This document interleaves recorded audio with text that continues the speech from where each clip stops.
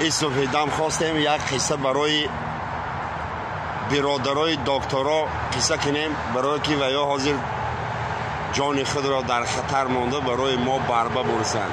زنده باشیم. ورچای محترم، مدبرتا، سانیترکا، همتون سربلنده. این قصه به خاطر شما.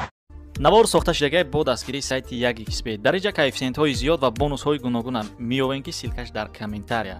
ҳамчунин агар бо промокоди ёвонӣ шумо регистратсия кунед барои пардохти аввалинтон 6500 рубл бонус медиҳанд. салому алайкум биродарои азизу меҳрубони шермаҳмадҷон. ин субҳи дам хостем як қисса барои برادرای دکترها قصه کنیم، برای که ویا حاضر جان خود را در خطر مانده برای ما بربه برسند. زنده باشیم. ورچای محترم، مدبرتا، سانیترکا، همتون سربلنده. این قصه به خاطر شما. یگان خیلی لایک نجوکن سانیتر مدسایستره براتنا.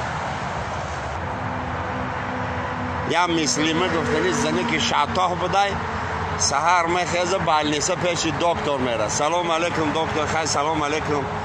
چات همه مرا معظم نشیده سای دکتر. این همه هر سهر میخیزم این همه جای پاچم ده این هم خیلی نقطه پر سیاه سیاه که فهمای انگه جان مرحمت تاریک رسوا برو. تاریک رسوا میره دکتر هم خیلی نگاه مکنه. گفته انگه میبخشه شوهرتون چی کار مکنه شوهرتون؟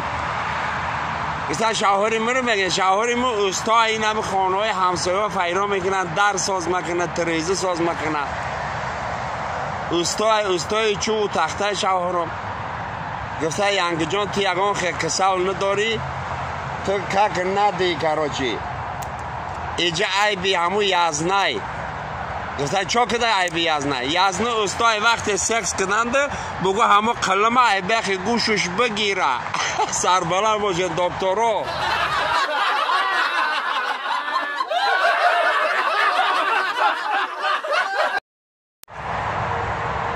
با باغ سینه عشق را چو گلها پرورش کردم. درون دل با آب شیشه امید پروردم. به هنگام جداگی صورتت را هم سفر بردم. با وقتی آمدن آن را به پیشت باز آوردم. نگردد مرد از راهش نگردد شعر از گفتش.